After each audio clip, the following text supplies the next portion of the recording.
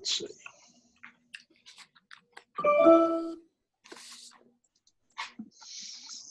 Okay, so I wanted to talk about transplant for patients with HIV and blood-related cancer. Oh, I'm sorry. I sent you the wrong. Give me 30 seconds to boot up my laptop. I somehow got to the wrong presentation, and it's related, but I tailored one for you that's a bit better. Let me find my phone in the meantime. I brought it up here with me. Hi, this is Matt Chappelle.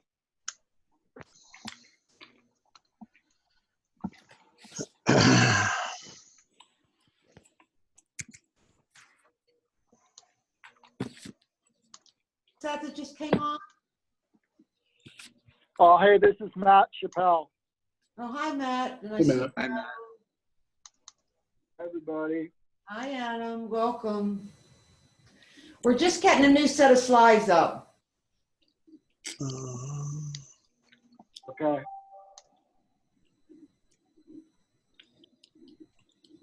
Will somebody email Danielle for me and ask her if she's coming? I know she's coming, but. I will. Thanks. I know my phone, I'm sure, is downstairs, and I just don't feel like walking up and down those rotten steps again.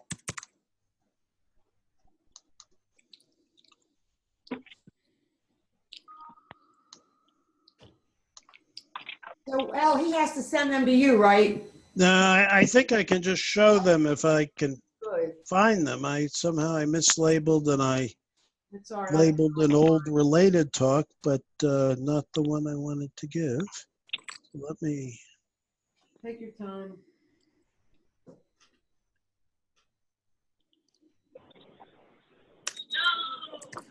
Hi there, this is Danielle.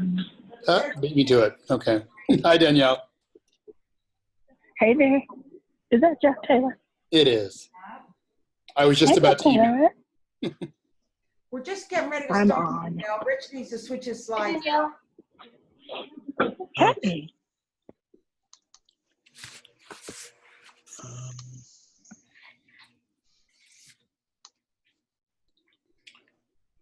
I'll tell you what, I won't keep everyone waiting. I will use the slides that we've got, and I will, let's see, move forward. Maybe you can add to it as you go if you have updated data or something. Yeah. Okay, now where did my...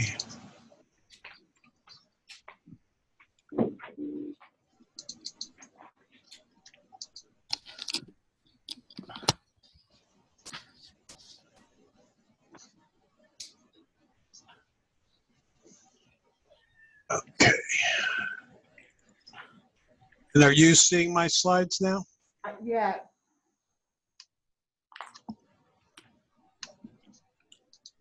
And they're changing? Nope. No. Nope. Okay. So that's the wrong. They were there before. I hear you. Let me. Okay.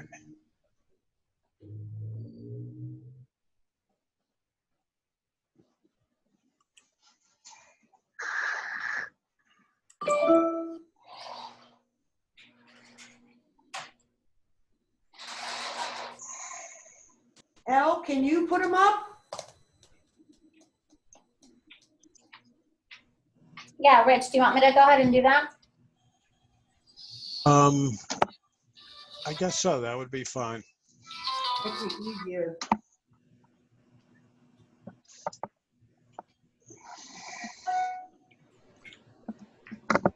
So,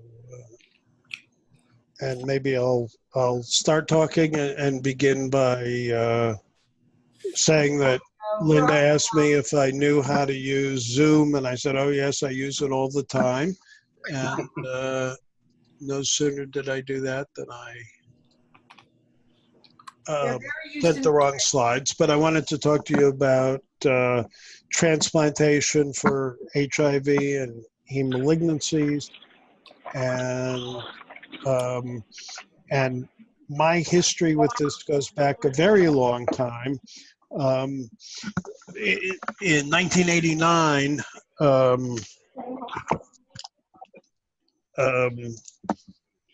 AZT had appeared as an active antiretroviral, and it became clear that HIV lived in T cells. And so the notion evolved that perhaps you could destroy all the T cells with transplant, give someone else's marrow, and protect that marrow from getting infected by treating with AZT. And you can go to the next slide. And so this study of one patient in 1989 suggested that perhaps the idea had sort of worked. The patient had Burkitt's lymphoma, was treated with transplant and AZT, and went on to die with relapse of the lymphoma. Next slide. The idea had been that AZT would protect the donor cells from getting infected by the virus. When an autopsy was done and PCR was done for the HIV, no HIV could be found. Now, this was long, long ago, before PCR was as sensitive as it is today. And the patient died, so it wasn't a success in that regard, but at least was evidence for the idea that replacing patient cells with donor cells could protect people. And next slide.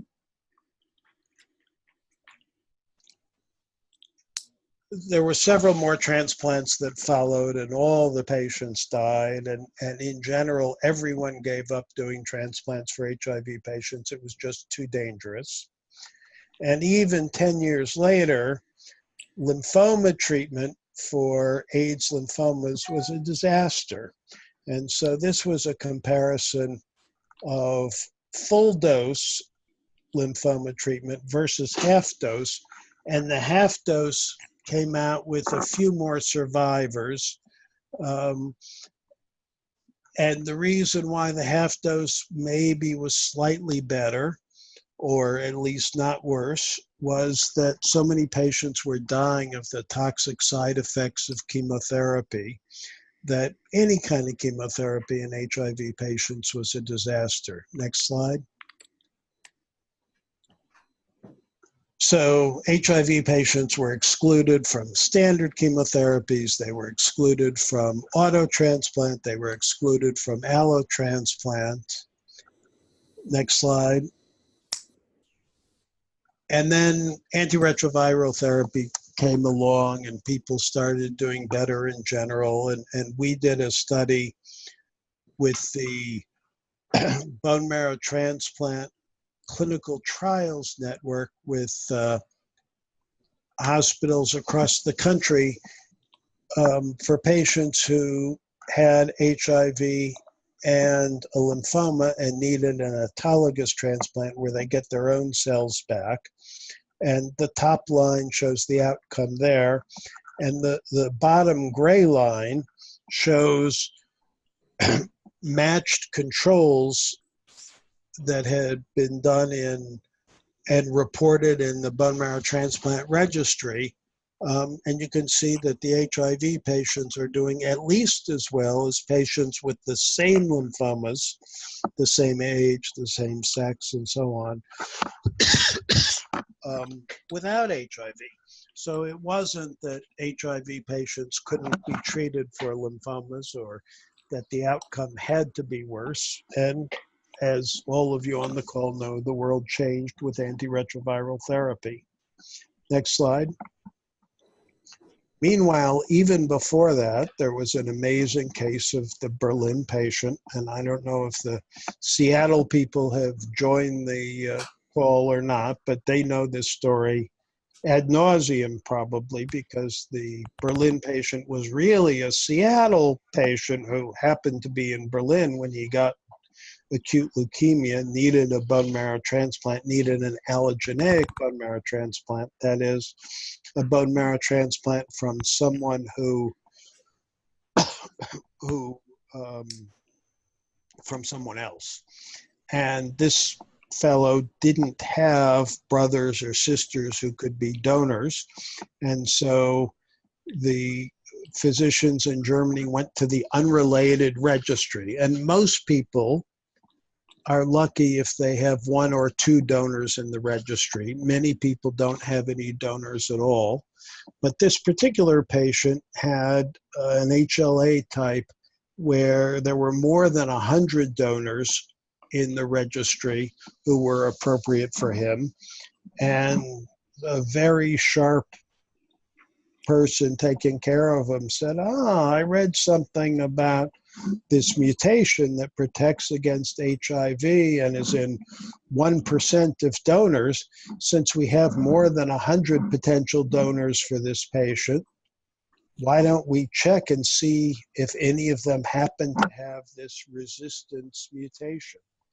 And on the 62nd or so donor they tested, they found one who had the resistance mutation, and that was the bone marrow that they used. And the story is long and complicated, and many of you may have heard of it because it's got a lot of play, but suffice it to say that 10 years later, this guy is cured of both his leukemia and his HIV and has been off antiretrovirals that whole time. Next slide. So on the one hand, in the until fairly recently, allotransplant and HIV, that is using someone else's marrow, was regarded as very risky, and there was all kinds of concerns about fatal infections. And on the other hand, there was this amazing one-of-a-kind story of someone who was cured of their HIV and of their leukemia with allotransplant. And we got together the same clinical trials network bone marrow transplant group to study allotransplant for HIV patients. And this was all patients who had leukemia or lymphoma and needed this kind of transplant. It's a pretty miserable experience and not something you would consider in someone who didn't have a fatal disease that urgently needed treatment. And the goal of this trial was to see how many people died as a result of the transplant itself. So this kind of transplant often has a very substantial mortality from the transplant. And we wanted to, if there was overwhelming danger from the transplant, then this would not be something to sensibly try. And we wanted to know how many people would die in the first 100 days. If it was more than 20% of patients, then it was probably not something that should be pursued. Next slide. So the trial enrolled 17 patients. The goal was 15. You see their ages. Next slide. And so these are the deaths. And in the first 100 days, there were no deaths that weren't related to leukemia or lymphoma coming back. So this was very encouraging. This was the hoped for result. There were deaths later on that weren't attributable to tumor coming back, but just attributable to transplant. And this was 13% at a year. And that's sort of consistent with what's seen in the general transplant literature. Next slide. And so most of the people who died, there were people who died with their tumor coming back. That is the overwhelming complication. And so 5 of the 17 died with that. And then there were other problems that killed 3 patients. Next slide. This is the overall mortality rate from the group from all causes. So half the patients are dying with transplant. Again, this is not something to be pursued if you don't have a fatal tumor. Next slide. CD4 counts went up after transplant, although they don't zoom up. I wasn't sure that we wouldn't see people going from 100 to 1,000 when they got a new immune system, and we didn't see that. But typically there was an increase, but not so much as I would have hoped for. Next slide. We did viral outgrowth assays, and the results of transplant. Some people got after the transplant, they had only the donor cells growing in their blood, and other people were what are called mixed chimeras, where they had a mix of donor cells and patient cells.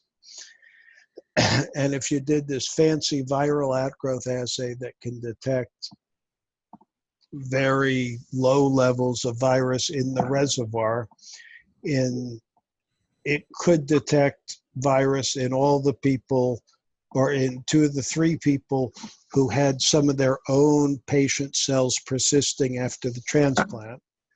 But in 2 of the patients who were completely donor cells, there was no virus detectable.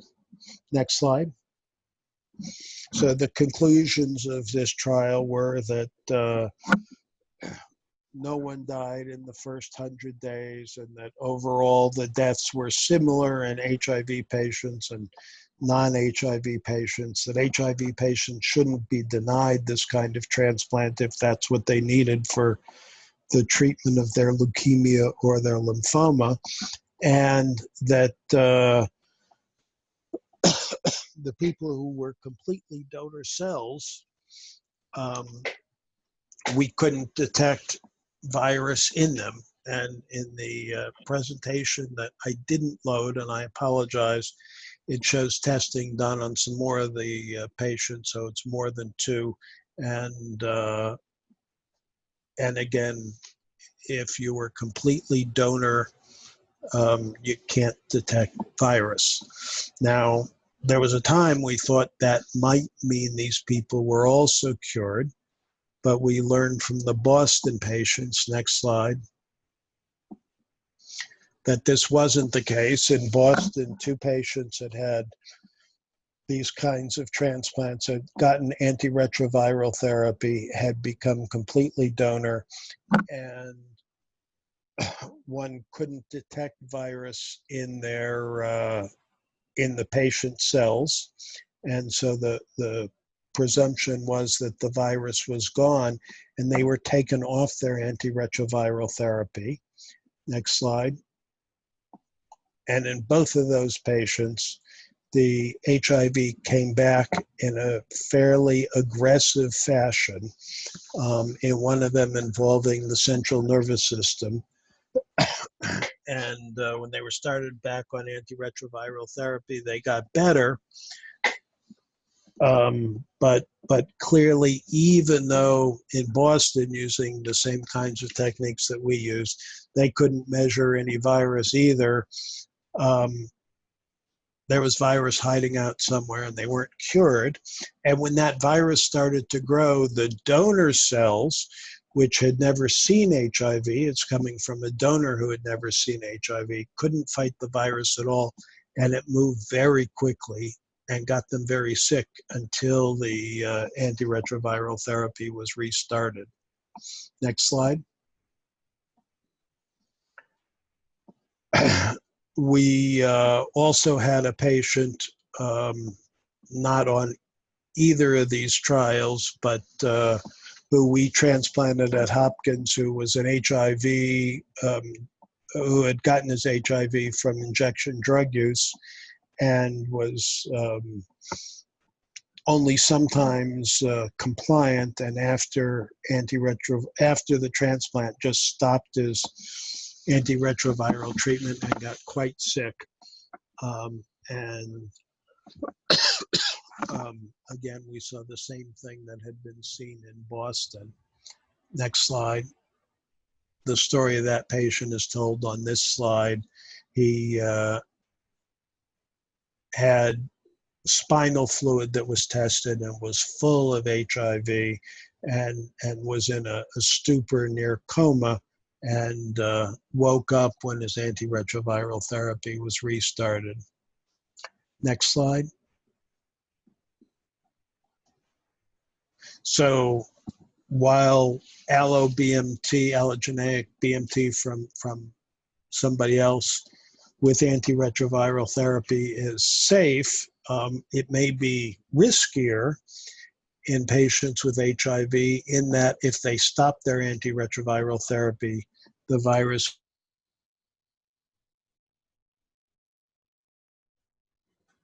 Uh-oh. Are you there, Rich?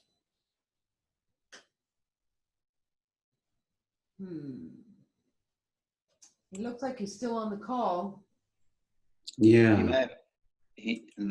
Maybe he accidentally pressed the mute button.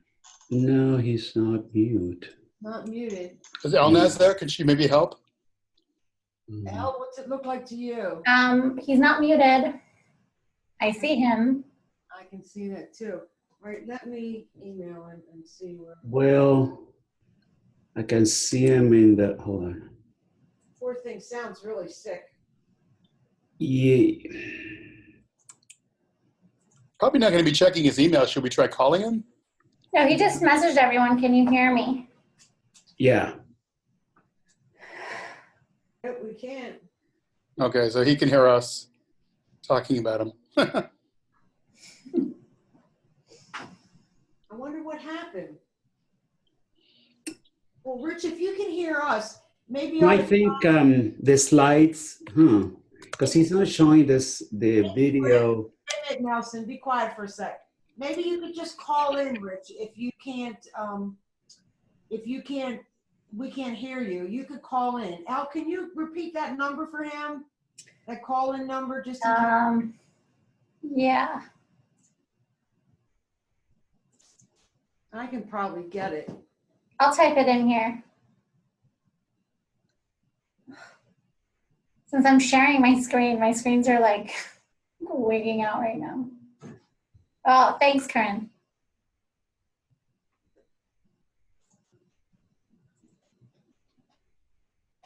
Just when we were getting to the good part.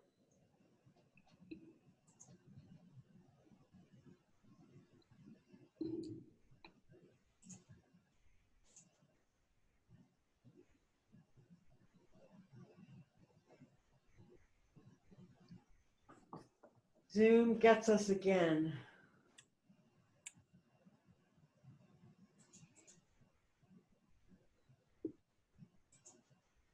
Hello, can you hear me now? Yes, You're great. back. Perfect.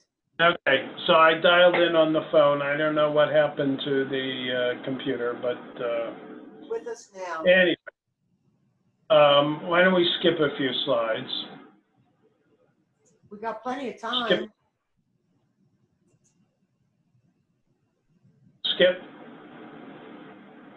Skip, okay. Back to the lightning slide. So big picture, why hasn't the Berlin patient been repeated? Why has there been only one Berlin patient? And lightning really had to strike twice back in the day for the Berlin patient. You needed a patient who had many, many donors, and you needed to be lucky enough to be able to find a donor who was HIV resistant, because you used to need to have a perfect match or a near perfect match in selecting a donor. So the way transplant used to be done, if you had one sibling, there was a 1 in 4 chance that your sibling would be a good enough match for a transplant. And in the unrelated registries where there are 20 million people who are there, most Caucasians, but not most minorities, could find a donor. But a good 30% of people couldn't find any donor, 30% of Caucasians couldn't find any donor at all, and a much larger fraction of various minority populations. So Rich, let me ask you a question before you go forward. So in the previous times, when you say it had to be almost perfect, what would you say that's 90%, 80%, 95%? How perfect? So we were typically matching 10 antigens, and you had to be 9 out of 10. So 90% is the right concept, but the way it's talked about was 9 out of 10. Okay, great. The matching keeps changing, but 9 out of 10 transplanters will understand. Okay. And there was a new approach to transplant developed beginning about 2000 here, but not popular until very recently. Next slide. And I'm not going to belabor the details except to say that it became safe to do transplants with half-matched donors, 50% donors, that we call haplodonors. And the results in haplodonors were as good as the results in fully matched donors. Why is that? Next.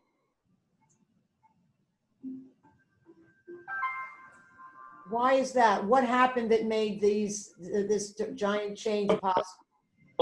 Giving a drug called cyclophosphamide 3 and 4 days after the transplant, and that dramatically reduces the incidence of serious GVH.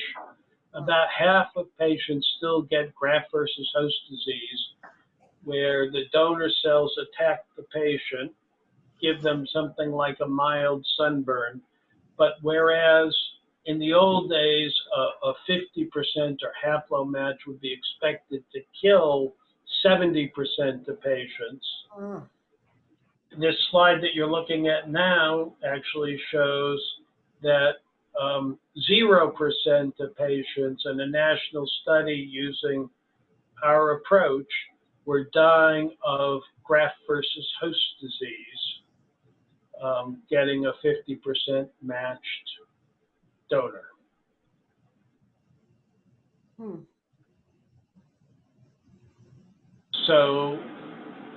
So one big step forward was being able to use donors who weren't fully matched. And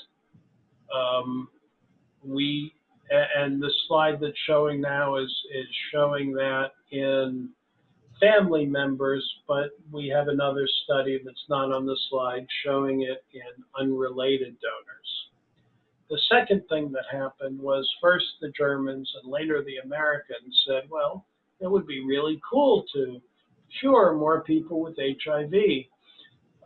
We should start typing our donors so we know ahead of time who are the donors who might be able to cure HIV. I should tell you that on the trial I showed you the result of, I had a patient who had a really bad lymphoma, and on the other hand, had a really common HLA type. And so the registry said, we have more than 1,000 donors for this guy. For sure, if we have time, we could find many who were HIV resistant. And we said, well, how much time do you need? And they said, well, we have to go to each donor. We have to get permission to do genetic testing. We have to get blood back. Probably take us 3 months. And I told the patient that he shouldn't wait 3 months because I thought his lymphoma was going to come roaring back. He didn't wait. His transplant was successful. His HIV isn't gone. He's still on antiretroviral therapy, but his lymphoma never came back. But now that the registries have started to type people, the German registry has, I believe, now more than 2 million people that they've typed. And the Americans are a bit behind, but I think are probably up to 1 million that we've typed. And so now it's quite straightforward to identify in 3 days instead of 3 months donors who are potentially HIV resistant. Next slide. So this is a trial that was just completed that I was involved in designing that looked at doing the unrelated mismatch transplants where you didn't require people to be fully matched to see how it went, and we asked them to give permission to have HIV patients enter the trial and get HIV-resistant donors. And the trial is just closing, and there hasn't been any analysis yet, and I can't tell you any results yet. Next slide. But this slide is from a couple of years ago, but saying many potential donors who are HIV resistant are now identified, and we know that you can find them for most patients where you're looking for them now. So really, Next it's slide. that many people that are HIV resistant that have been donors. That, I mean, I don't think we thought that.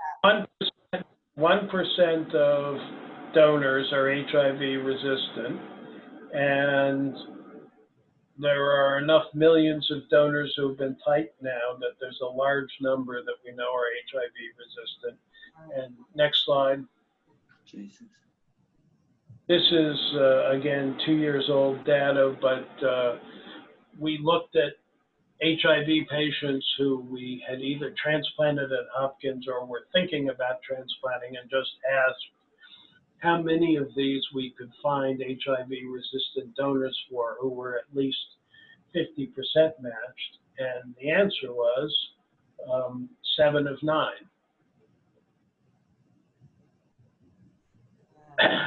So we're not, we haven't cured anyone yet, and I can tell you that we've taken care of a couple of patients here who had unhappy endings, one with rapid relapse and one with a donor marrow that came from Europe that didn't grow. And so we haven't cured anyone yet, but we've done 2 of these transplants, and I'm expecting that we are going to be curing people in the next year. And every HIV patient who goes for transplant now, we're looking for such a donor. Next slide. So, but as you saw earlier, cancer is still the major problem for these patients, and keeping the cancer from coming back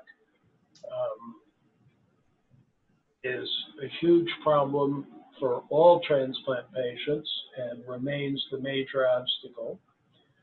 But we think that the special problems that HIV patients have had for allogeneic transplant can be overcome, and that HIV patients who need allotransplants, I expect, will regularly be cured in the very near future of their HIV, and sometimes of their cancer. And that's really the end of the talk. I'm good for questions. Well, that's pretty amazing. Wow. Doing all this with an implementation identification strategy that's going to save the day. You would think. Yeah, well, save the day for a tiny number of patients. So I think it's not going to be one anymore. I think within a year or 2 or 3, it's going to be 10 or 50 or 100. And I'm sure, unless there's a major flaw in what I've told you, that this is going to be the approach that's adopted around the world. I'm sure, something that's going to help a few handfuls of people who have bad cancers and need transplants. I'm hoping it's going to show us the way for therapies that might help other people and help us to better understand the biology of HIV. But it's not clear how we go from here to there yet. But it is at least fairly clear in my mind how the ones who need transplants for other reasons can be cured, and I think there's every reason to believe it will work. I have a question. So when you talked about major flaw, go ahead. Go ahead, Nelson. Yeah, when you say bad cancers, I had lymphoma. It was a stage 1, so it was early. But how many chemo rounds or chemo protocols does a patient have to fail to be considered, for this kind of transfers? So that's a great question. But let's begin with, the common AIDS lymphomas are being cured with upfront chemo 60, 70, 80% of the time now, at least patients entered on trials. That's a little bit of a skewed population because there are plenty of people who, when they're first diagnosed, are too sick to go onto a trial. By the time they're diagnosed, there's serious kidney damage or liver damage or something else. And at Hopkins, half the patients we see are too sick to go on any of the national trials. And so the 60, 70, 80% cure rate has to be taken a little bit with a grain of salt. But stage for stage, HIV patients are doing as well or better as non-HIV patients with lymphomas and are very often being cured. And we have many people who are 10-year survivors. When you go for an autologous transplant versus when you go for an allogeneic transplant, that is, the autologous transplant, you're using your own cells and you're using high-dose chemotherapy. The allogeneic transplant, you're using somebody else's cells, and it may be high-dose chemotherapy or lower-dose chemotherapy. Oncologist transplanters are still fighting about when one approach versus the other should be used. We're big believers that allogeneic transplant using other people's cells has lots of advantages, and we tend to resort to that much earlier than most other centers. But there's not a consistent recommendation. In some places, you need to fail an autologous transplant before you go on to an allogeneic transplant.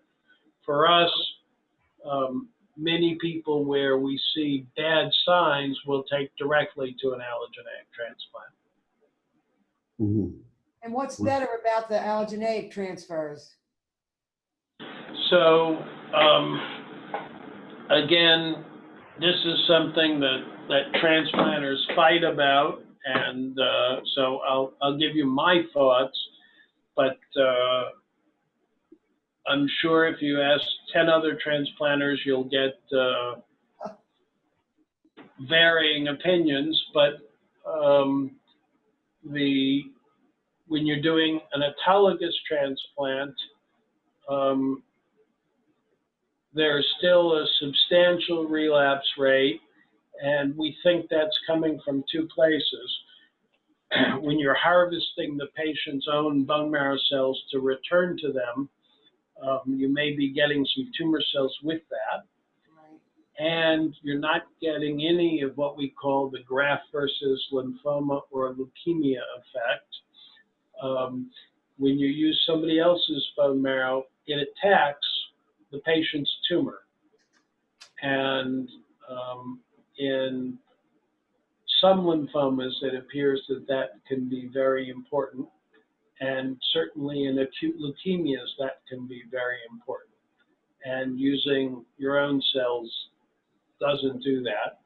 If you're talking about treating a patient with acute leukemia, you really can't use their own cells at all. You can only use someone else's. So what drug did you say you were giving after the transplants? And you said it allowed you to use these 5 out of 10 instead of 9 out of 10, and you know, Right. resulted in people surviving. So cyclophosphamide is a standard, one of the first cancer drugs from the 1950s. And there's a long and kind of interesting story behind it, but we learned that it kills off dividing cells, but doesn't affect stem cells.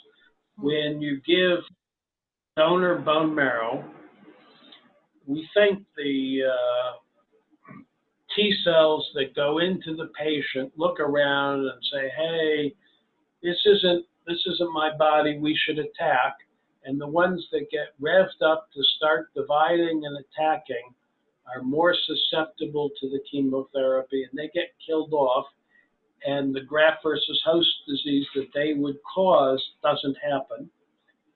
And the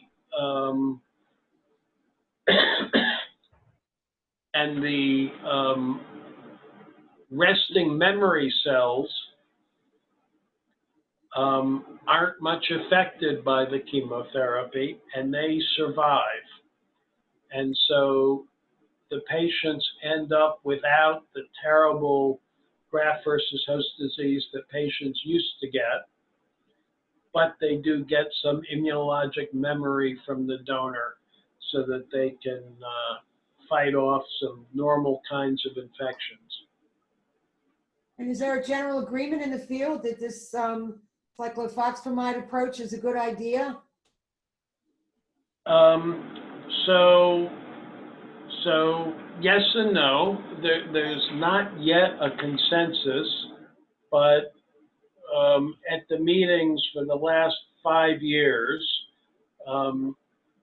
this approach has sort of dominated new presentations and write-ups, and is being used in Seattle, is being used at MD Anderson, is being used at Harvard, is being used in Europe, China, Spain, Japan.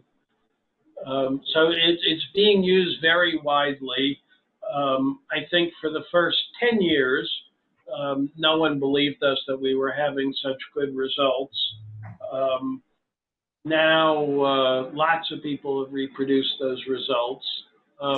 There's still other approaches to transplant being explored, and not everyone has bought into it, but most of the major centers have. I think Sloan Kettering is a notable exception.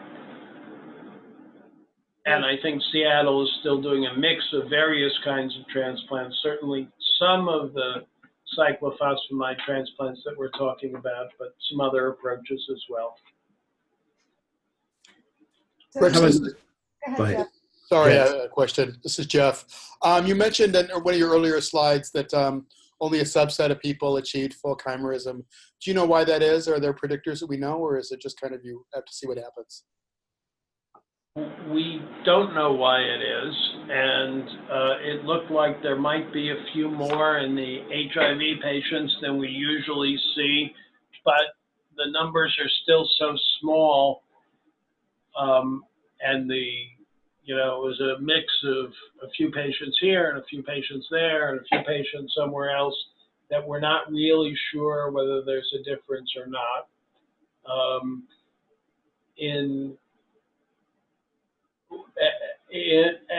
At Hopkins, we've just changed our regimen a little bit to increase the radiation that we're using.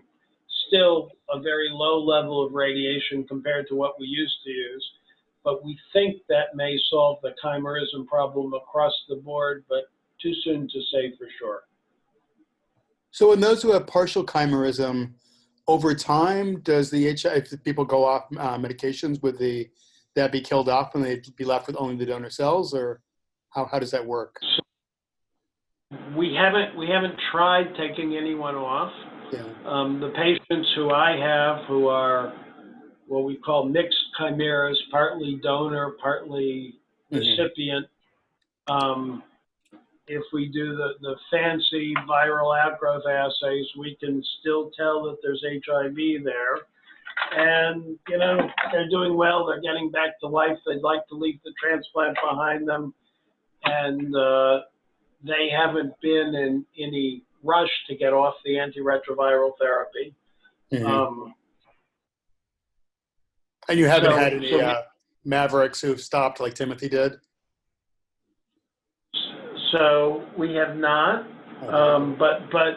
Well, so I told you we had the injection user who stopped. He didn't get a HIV resistant donor. He got just a run-of-the-mill donor, and again, his HIV came roaring back and was dangerous. Yeah. So we're not very interested in that approach right now. I'll be much more interested when we've done a few more patients with the HIV-resistant donors. Thank you. I have a question. You said you have identified over 60,000 patients that have resistance to HIV. Is that a US kind of a database or worldwide? How do you access any of those patients when you need it? So if you have some of the demographics on those patients, just to sort of insert that question as well. Pretty must be wide. So it's a worldwide number. It's an old slide there. I'm sure the numbers are at least double what was the 60,000 now. But the demographics are kind of interesting. The population where the HIV-resistant mutation is most common is Northern Europe. Think Vikings. Right. So Scandinavia, Germany,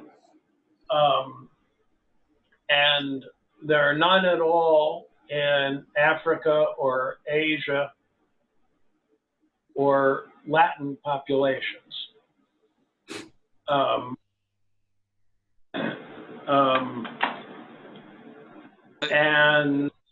And yes, so there's all the bone marrow transplant registries sort of talk to each other and are linked through computer networks. So when we see a patient, we can check the world's registries, or the transplant registry will do it for us, but we can get an answer back in just a few days. And what, you get a sample from them, or do they have to fly in? I still don't understand how that happens. You probably just get information, right? You probably get getting a computer printout that says we've identified X number of potential donors for your patient.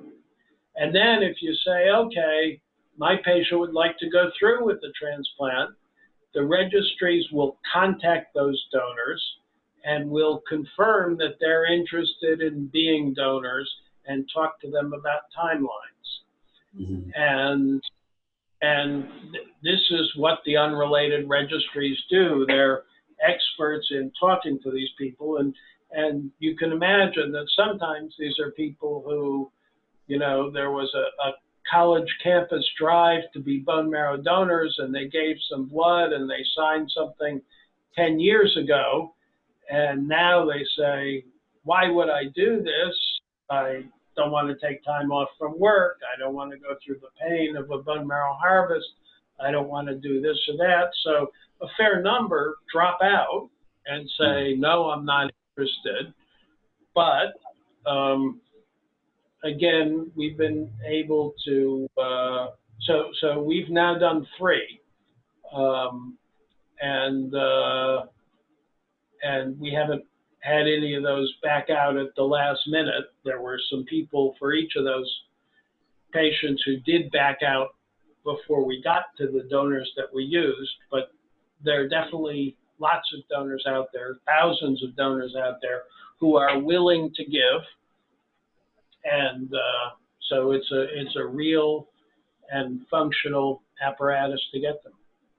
So I've got another question. So what you're saying is that, one, we've identified that there are, we're able to identify donors that are resistant to HIV, that we can now actually, they only have to be 50% compatible because of the drug that you mentioned earlier on. So we really are at a phase where this could potentially be scaled up in terms of giving people transplants for this, yeah? Is this what I'm hearing? Is this correct? Well, so I think it can be, so the 50% that I think most of the world is agreed upon is if you have a brother and a sister or a parent and a child who are 50% matched.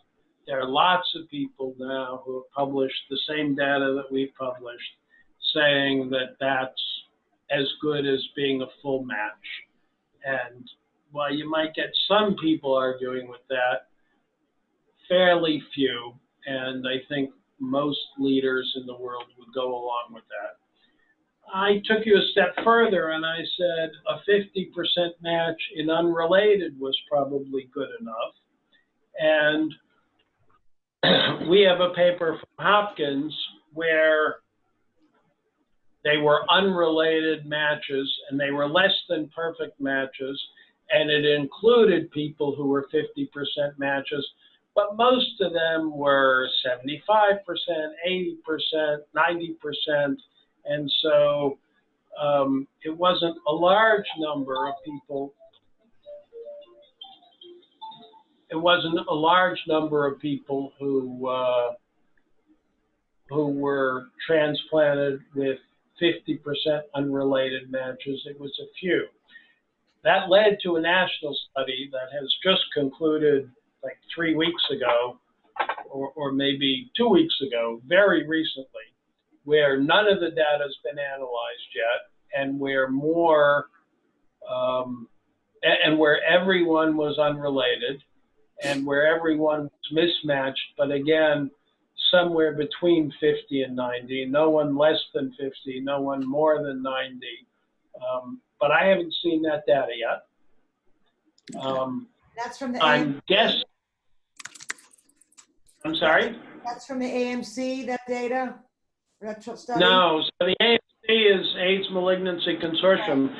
The study that I'm talking about now is bone marrow transplant in general, not specifically HIV patients, although they did allow HIV patients on the study. So is that like observational, or is that somebody actually did these bone marrow transplants? No, we did them. We did them. Okay. What group did that study? So it's in one of the slides, the IBMTR,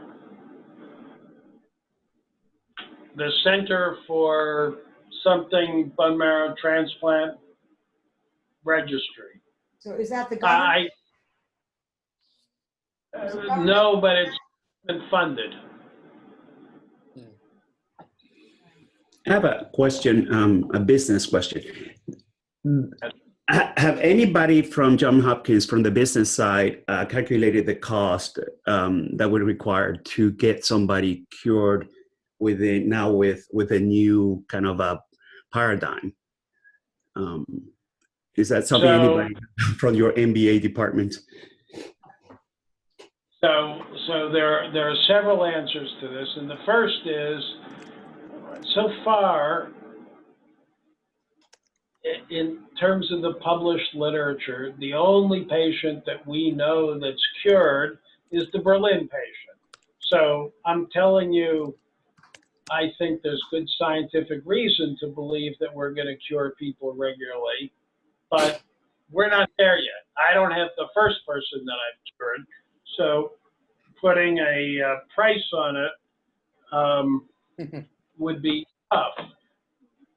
But leaving that aside, if you're saying, so are there any special costs here? What's the price of an allogeneic transplant?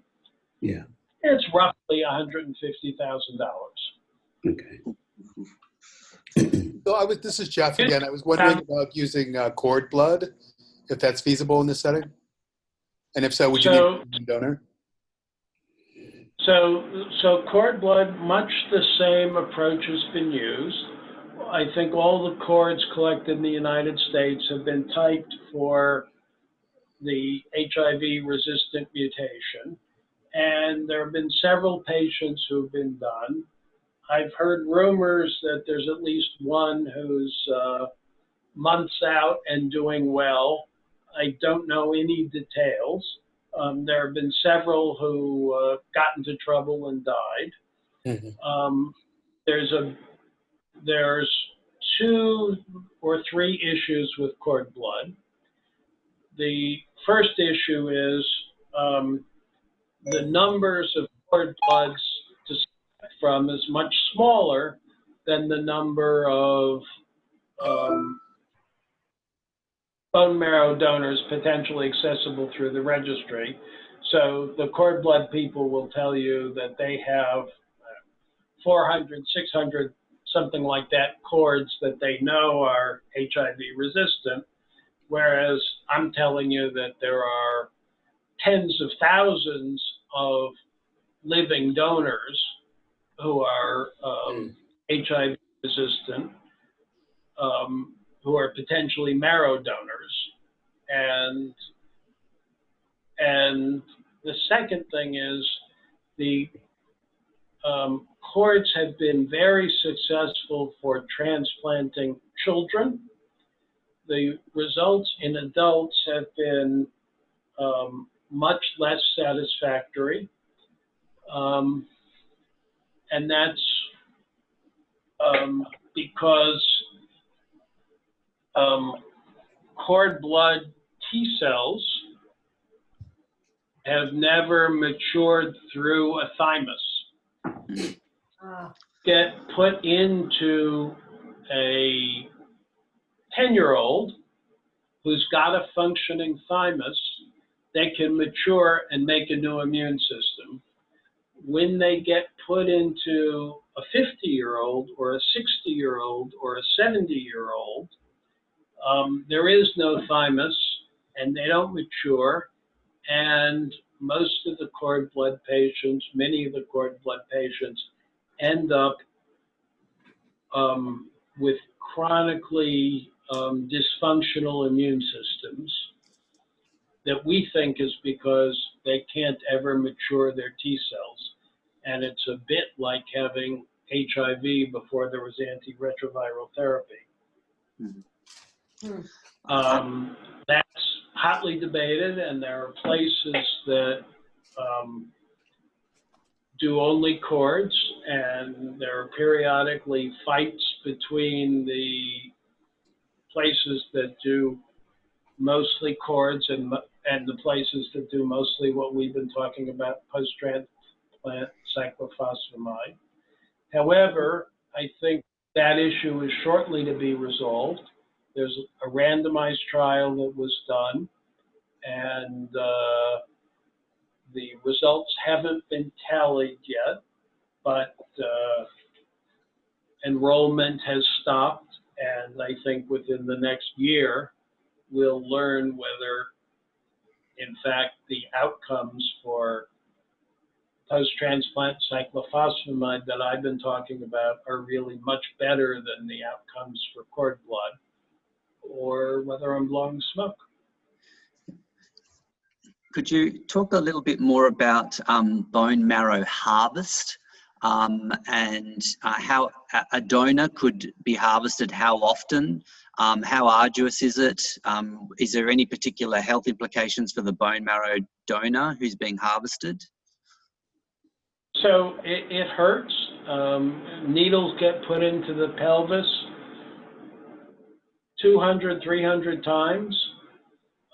It's done under either general anesthesia or spinal anesthesia, so you don't have any sensation below the waist. When you wake up or the anesthesia wears off, people are fairly sore. We give them serious narcotics for several days. On occasion, we need to do second transplants. When we do the second transplants, we never do a second bone marrow harvest. We sort of decided that was cruel and unusual. It has been done, but it's not the routine. We use what's called peripheral blood transplants. An alternative to using bone marrow is to use peripheral blood collected from a pheresis machine. It takes about 2 hours to get the cells that you need. We are just, the whole post-transplant cyclophosphamide thing with controlling GVH works very well with bone marrow. We don't know how well yet it works with peripheral blood. We're doing those studies now, but right now we're confident that with bone marrow we get great results. We're not sure about peripheral blood. Mm-hmm. Okay. Because that sounds like the next step if you're going to scale this up, but yeah. Right. Well, so, right. I mean, scaling this up is really, you know, I think a matter of seeing a few more cures, because every transplant center has the capacity to do this. This is nothing fancy. Wow. Okay. Most transplant centers, I think, in the world are doing post-transplant cytoxan now. I don't know exactly, you know, how to make that count, but this is, if you go to your transplant center, they're either doing it or they know about it. And most transplant centers have access to allogeneic most transplant centers who are doing allogeneic transplants have access to the registries. But you know, just think of how much money has been invested in this with one person being cured. So if you're talking about 50 or 100, I mean, I can really see a lot of resistance. You know, even though you're not talking about people, you're only talking about people with, you know, with blood cancers. I can see a lot of resistance in the on the funding side to do, you know, more funding for this. I would think. Absolutely. Well, so I have to tell you that we've written some applications to get funding for this, and there's a serious comment that we get over and over again, that is that this isn't going to help the world's HIV problem. This is going to help a very few people who have leukemia or lymphoma, and why would we spend money on this?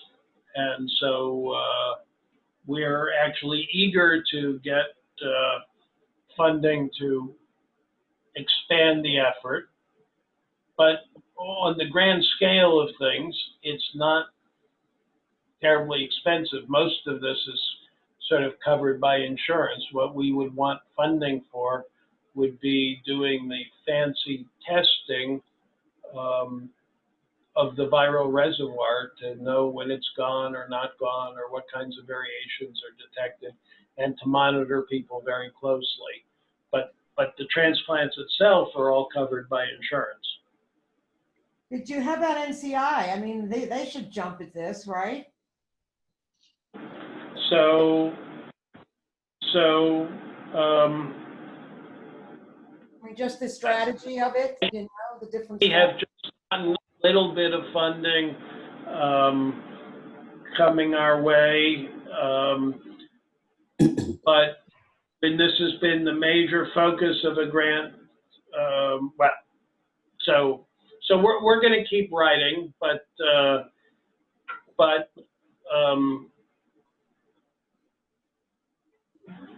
this, you know, grant funding in general is very tight. And if you have one person on the review panel who says,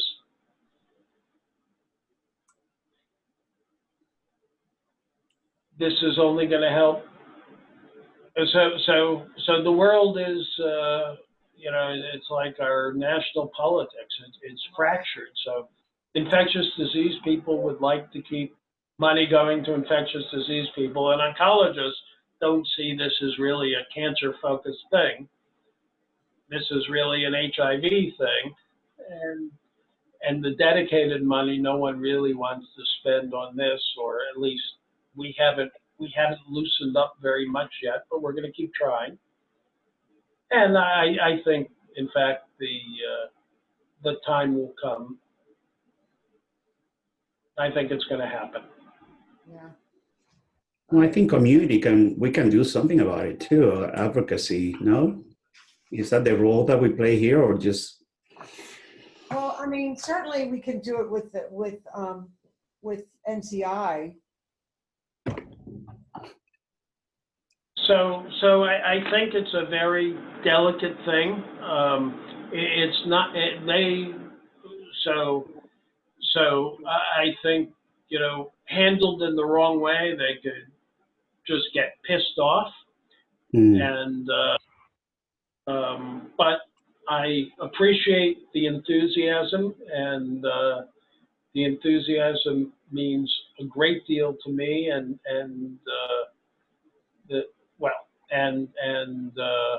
it's every so often I write to Linda and say, can we have a letter of community support or something similar? And she's always been enormously generous, and I'll be inspired to do that again,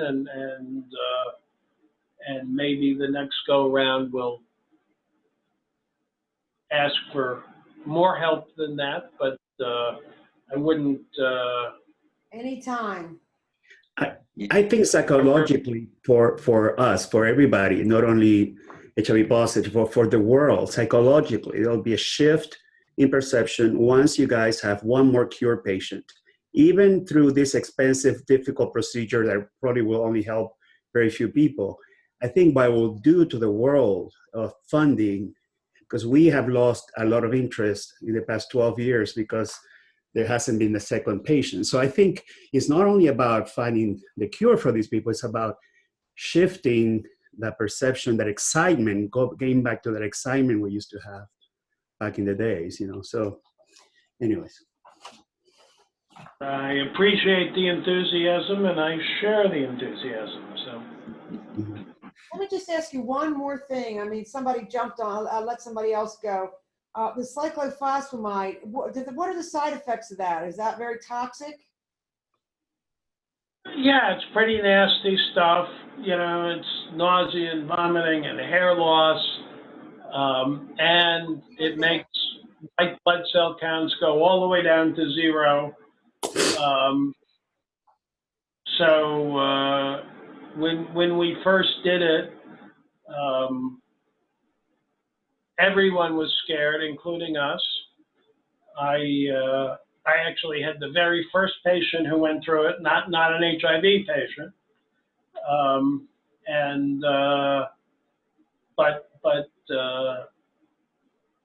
but it works, and it's being very widely adopted. Okay. Well, I think this is really fascinating and really pretty amazing. Just the idea of an implementation strategy like that. I mean, leave it to the Germans to be so organized, you know. But, I think that's amazing.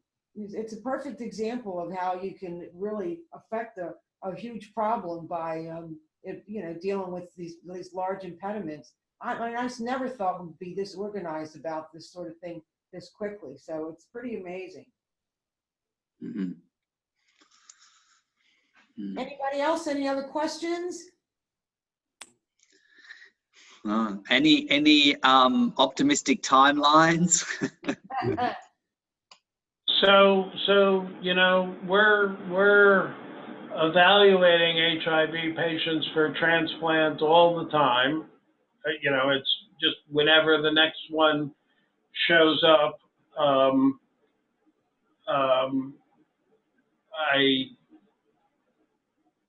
I think it's a year after you've done someone before you're going to say very much, but I am expecting that in the next 2 years we're going to have a handful of people that we've cured. Okay. In time for San Francisco? Well, so